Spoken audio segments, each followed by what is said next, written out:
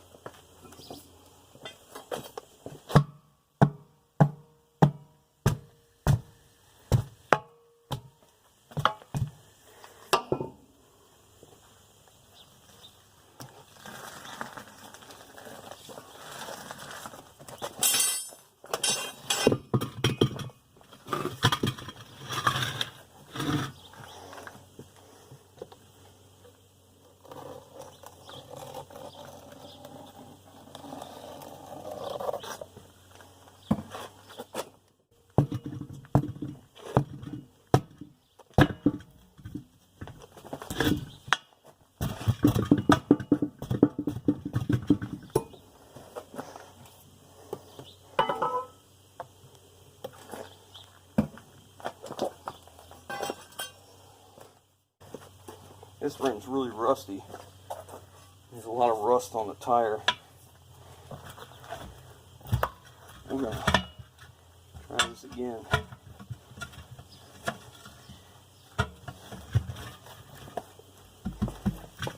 One bar at a time.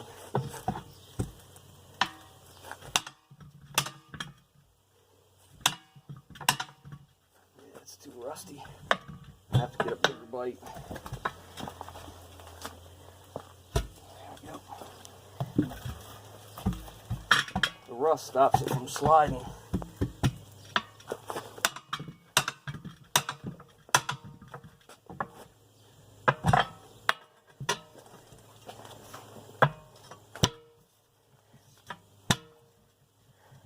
I don't like that.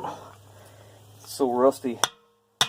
Trying to get down underneath that bead a little better.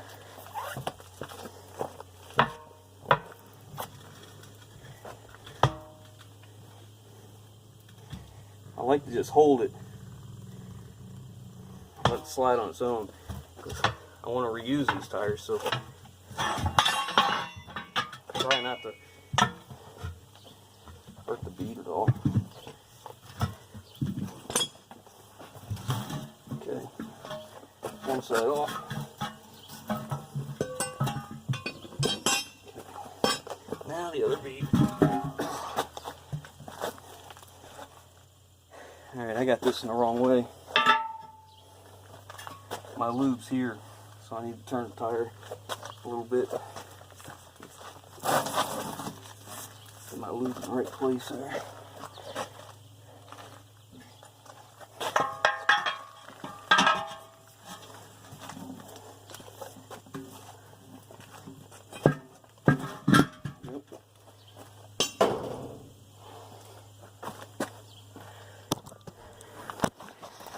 Now you can see what I mean. See all the rust in here?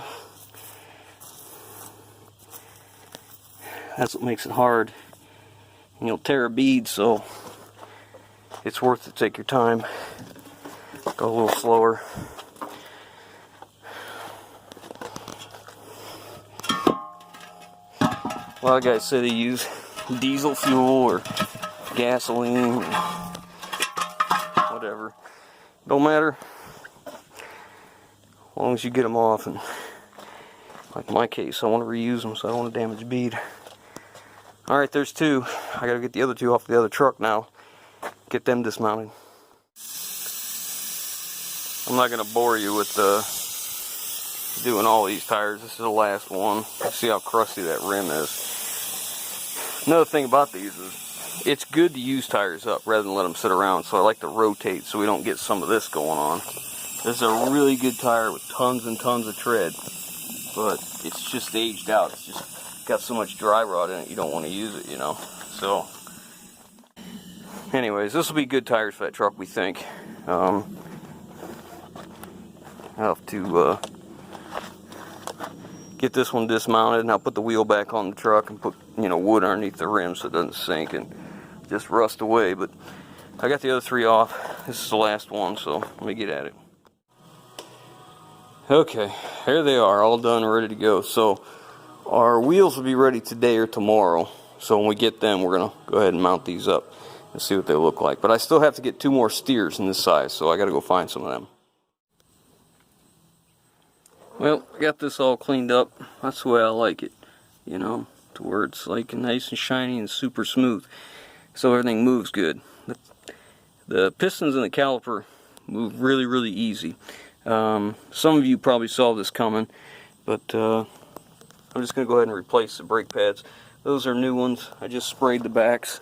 I use this Napa Disc Brake Quiet. It's kind of like an adhesive, and the way I understand what it does is it makes the brake pad stick to the caliper and stick to the piston, so these have to be clean when you put them together.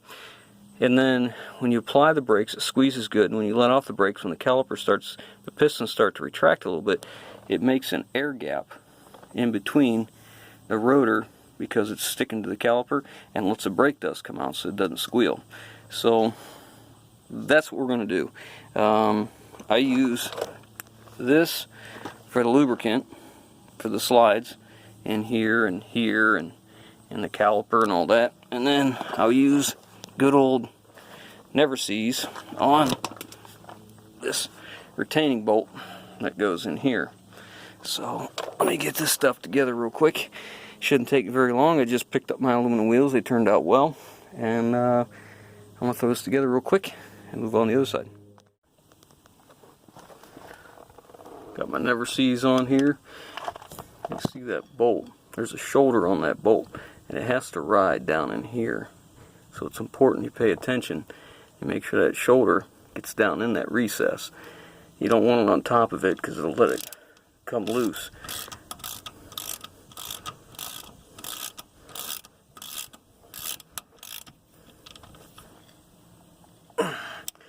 Torque at the spec. There we go. Okay, this side's done. Everything's nice and clean. I checked the brake hose. It's in nice shape. I still have to grease the front end. Tie rods are tight. Drag link is tight. So let's move on the other side. Alright, brakes are all done. Now, we need to talk about this motor. This motor is a 3126 cat. This was a Penske truck or Ryder truck, one or the other. I don't recall, probably a Penske, I'm guessing. But regardless, they order these with, you know, lower torque ratings and lower horsepower ratings. The way Cat does it is based on the engine family. Okay, this 3126 came in 175 horse, 190, and 210. That is one family. And then there's another 210, 230. 235 maybe, I'm not certain after that. And then there's one that goes up to, I think, 300. I can't remember for certain, but anyways, there's engine families and there's groups, and those are based on the internal parts and external parts that are there that are able to get you to that horsepower. Now this one, I called the Cat dealer, gave him the serial number, which is up on a tag up here. It's a number, a letter, and I think 5 after that. Call them, they look it up, they tell you what engine family it is. Based on that, they can tell you how high a horsepower it can go. This one is of the engine family that can go up to 210 horse. Now, this one has the lower torque rating, because there's 2 torque ratings you can have for this engine family. One is like 520, the other one's 600 and something. So I'm going to probably have them do what's called a re-rate. What they do is they reprogram the ECM. You see right here? Yeah, it's hard to see in there. But that's what these 2 connectors are here. The ECM's mounted to the block.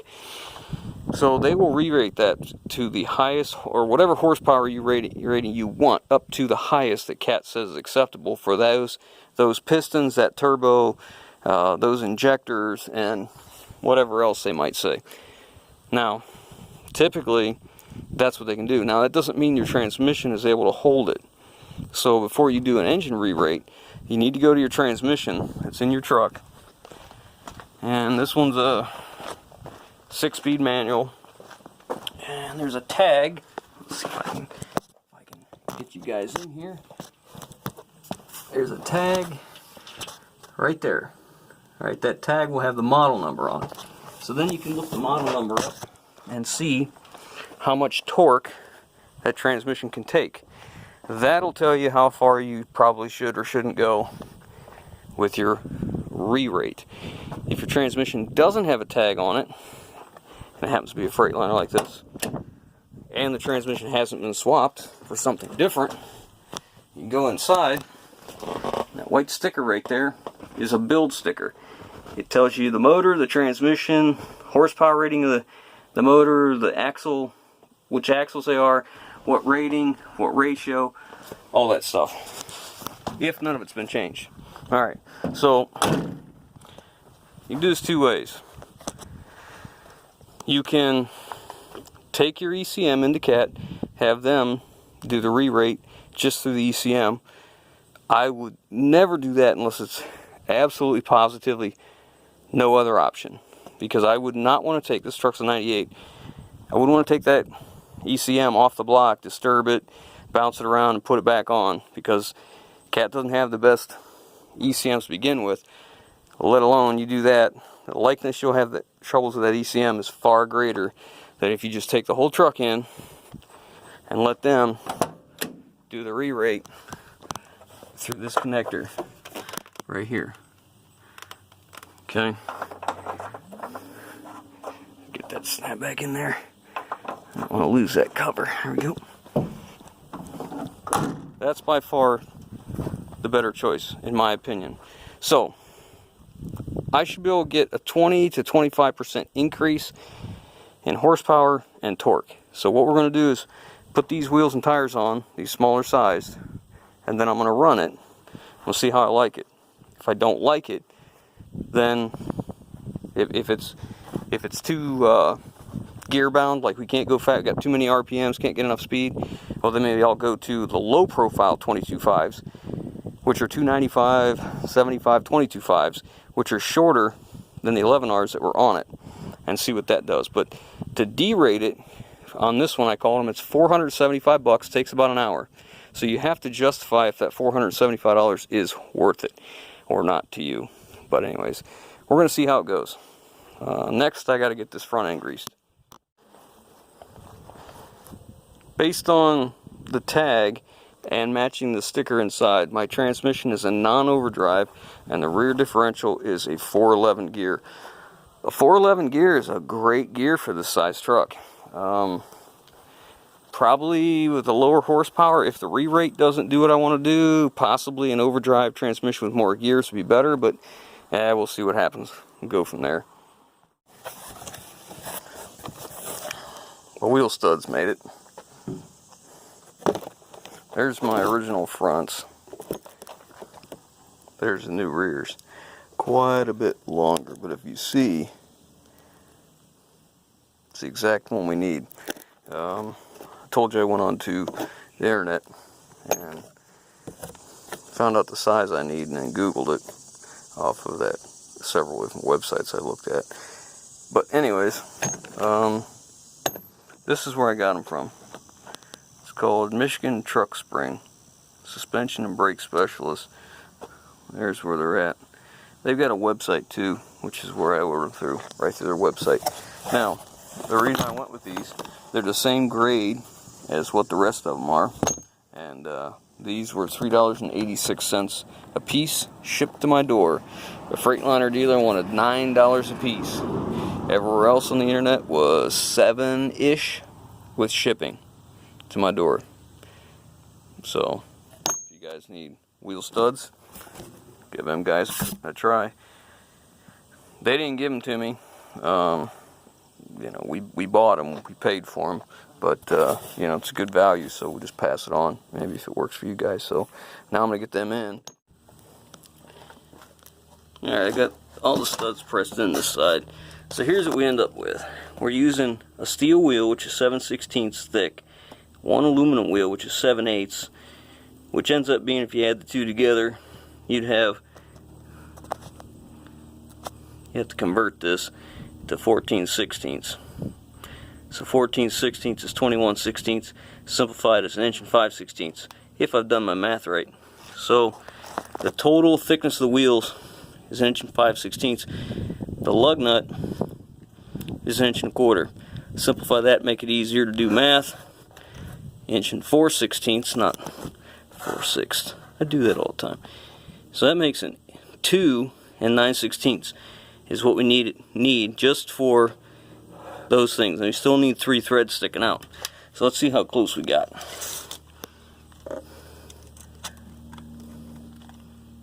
That's 3. So that leaves from this point on. So we got 4 threads left. That's not too shabby. I think it's 4. Double check. 9/16. That's 1, 2, 3, 4, 5, 6. That's 6 threads. I'm happy with that. That worked out well. Now I'll do the other side. Now if those are in, I can go ahead and put my rotors on. Yeah, we'll talk about that in a minute. Get ready to put the bearing in. I don't like to put a bearing in dry. So what I like to do is just take a little gear oil and just lay it to it. Just like that.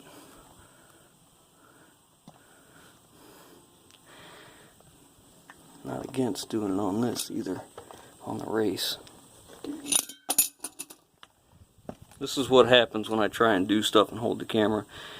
These guys ask all the time if we'd show more, but this is why I don't do a lot of it, because you need two hands to do this work, you know, and I'm not willing to sacrifice what I'm doing and the quality of the repair for a video. So sometimes it suffers. It is what it is.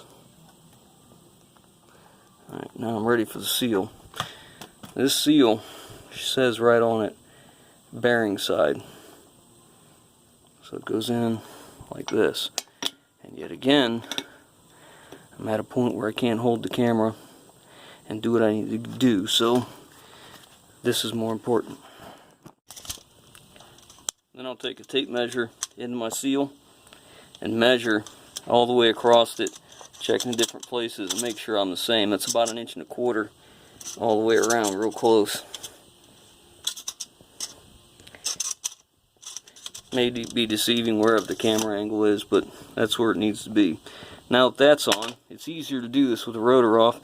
I've already taken brake parts cleaner, sprayed in here, and blown out all the holes, because I want to make sure I get my rotor, my bolts that go down in here, good and tight. I'll put Loctite on them and then put them on and torque them. Next, I'm going to take a little grease, put it on the edge of this and where the seal rides. That way when I slide it up on there, it should be nice and easy going across here. I'm just using just a general purpose grease here. You don't have to have a ton of it. I just want enough that it helps the seal slide on, because it's a big seal and it's stiff, so it'll take a little bit to get it seated. Alright, so I got the rotor on. It's all torqued, ready to go. So now I'm ready to lift that thing on there. So, and then I'll start with the outer bearings. Same deal on this one. We're going to oil it up and then we'll slide it in. This side's back together. Someone stopped by and I kept working. I didn't record. We were chatting. Actually, 2 guys stopped by. But you can see we got our rotor in, our new brake pads, new caliper, got our brake hose in, the bleeders in, new hardware. Everything's lubed up. So now I'm going to move on to the other side and get it done. Got both sides all done. I'm ready to start on the brake lines now. So now I'm going to start on this, but I need room in here to work, so we're going to get these jacks out of here. I'm going to throw jack stands under it, since now I'm actually working under the truck, where before I was working under it. But if the jacks collapse, you see how much room there's in there. I was never under it, I was near it. So now I'll put jack stands under it and set it down, start working on the brake lines. The sun's not working in our favor, but the first thing we got to do is get this clip out of here. This is a retainer that holds that brake line in there. It's actually not in bad shape, so we should be able to reuse that. Okay, now we'll take the brake line loose here and get this one out. These brake lines will not come loose of this, and I don't want to heat it, because if you heat it, you take a chance of blowing this hose right here, which has actually been replaced and it's in fairly nice shape. So what I'll do is I'll take a cutting wheel, I'll cut the brake line off right here, and I'll put a 6-point socket on it. Of course, I'll tap on that fitting a few times, try and jar it loose beforehand. Put a 6-point socket on, see if I can get it loose without destroying the threads. These are typically a soft material here, so we'll see if we get lucky. If not, I'll be buying another brake hose. I need to explain this a little better, the reason I'm cutting the lines off. This is flare nut wrench, line wrench. See how it's open? When you get one that's real tight, the tendency to open up and slip on the fastener is much greater than if you have a solid 6-point socket. So I grab a 6-point. That way when I put it on there, I got a good positive connection, I'm less likely to slip. That's why I cut them off.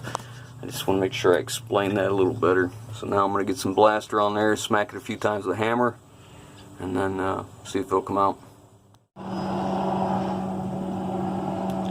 Worked real well. Came out with no troubles. Threads are fine. Didn't hurt them at all. So now we can go back together. We're going to make our new lines. First I'm going to have to do something with these brackets, because these brackets are not the same as this square, this hex pattern that holds it in place.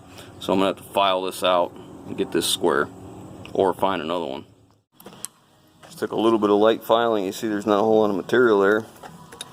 And let's see, line it up. There she is. So now we can put our clip in. Of course, one of the studs on the rear end broke, so I'll have to weld a new bolt on that. But I wasn't being gentle, because I figured it's not a big deal. If it does break, we'll just weld another one on.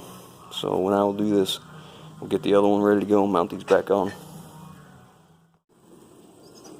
That's the brake line I'm going to use. That's that nickel, copper, infused something or other. What's it called? Pro nickel. Made in Ontario. Oh no, made in India. Anyways, that's what we're using. And then I'll use this. This is a hydraulic flare tool. Makes this process so much easier. With this line, you can do it with a hand one real easy. With traditional steel line, this works very well. And I always keep a bag extra new fittings here. I just picked up some more because I didn't remember if I had any.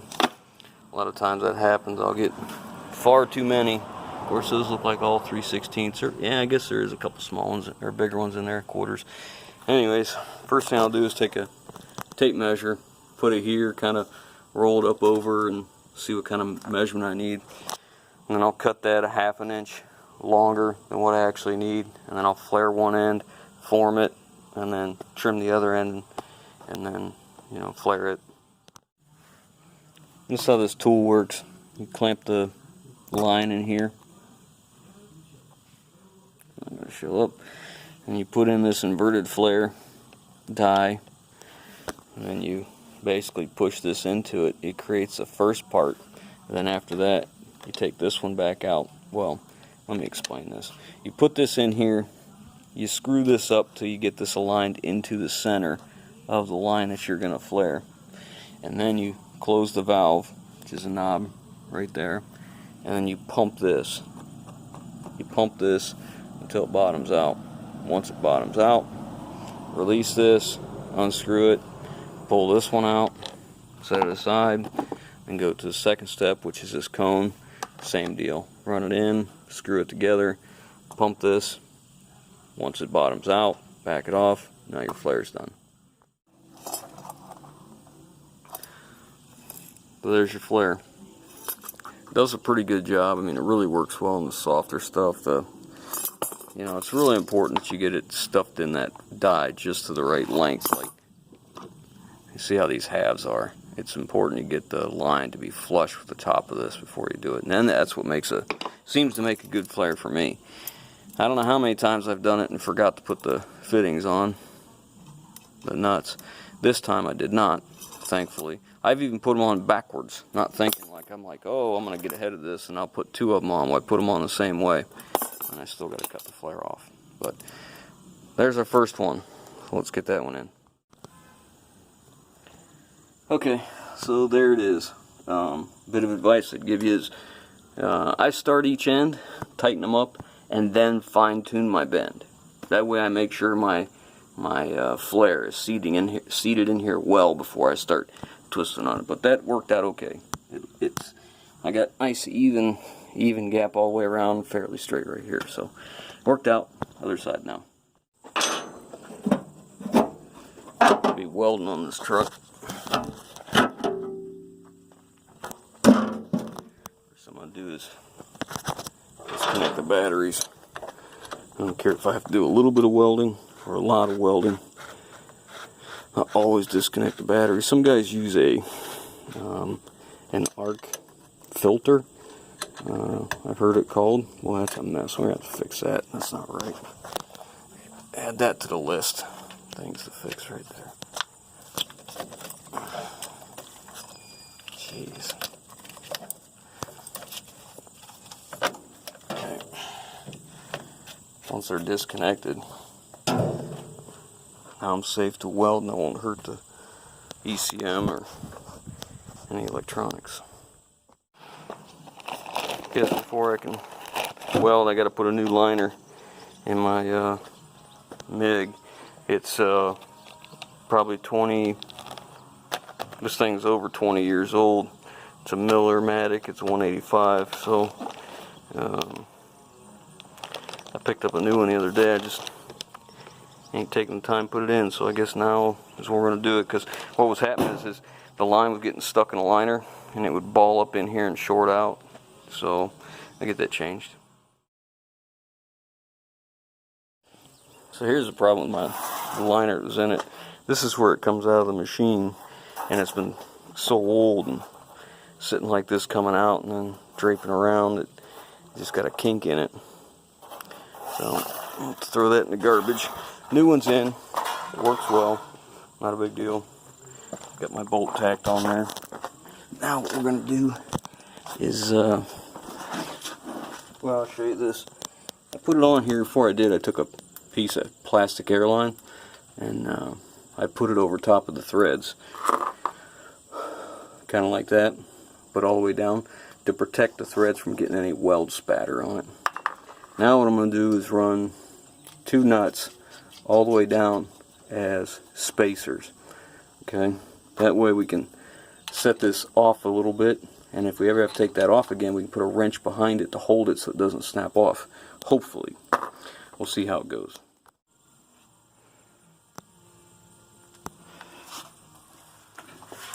It's all finished up. I bracket in, and I took care of this brake line too. Remember, it had a real hard strain on this part. This is paint, by the way. So what I did is, it was back here, so I just moved it forward and then manipulated the bracket so I can get it to where it, oops, some brake fluid's dripping. I'm starting to bleed these. Anyways, I manipulated the bracket so it would come out away from the frame, because you can see here I've got lots of room between the frame and the hose now. So there's no strain. It's a little long, that's okay. Not a big deal. All the lines turned out pretty good. Works out. So now we'll bleed the brakes out as soon as this one starts dripping, and that'll be it to this one. I'm filling up the rear end right now. It's taken 3 quarts so far, and it's starting to spew out of the fill. So what I'll do is I'll fill it, and then I'll go do something else for a little while, give it a chance to settle down through and work its way out to the hub, into the bearings, you know, fill that cavity, and then come back. I'll just leave this stuff here.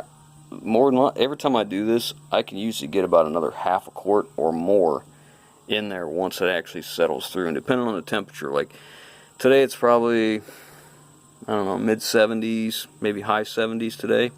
So it's warm, but it's not like super thin. So probably about an hour. Like I'm gonna go clean up. I gotta go run an errand. So I'll let this sit, and then I'll come back and refill it. We'll see how much more it takes.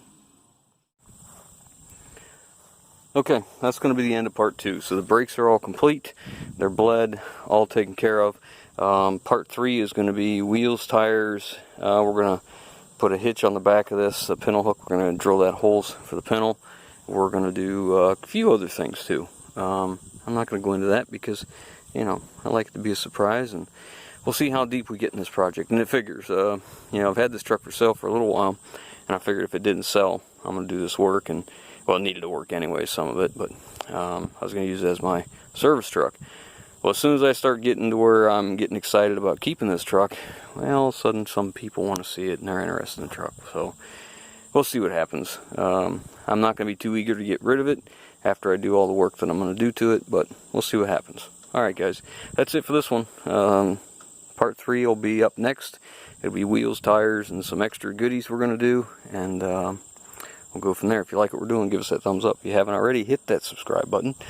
Leave your comments down below, guys. We'll catch you on the next one.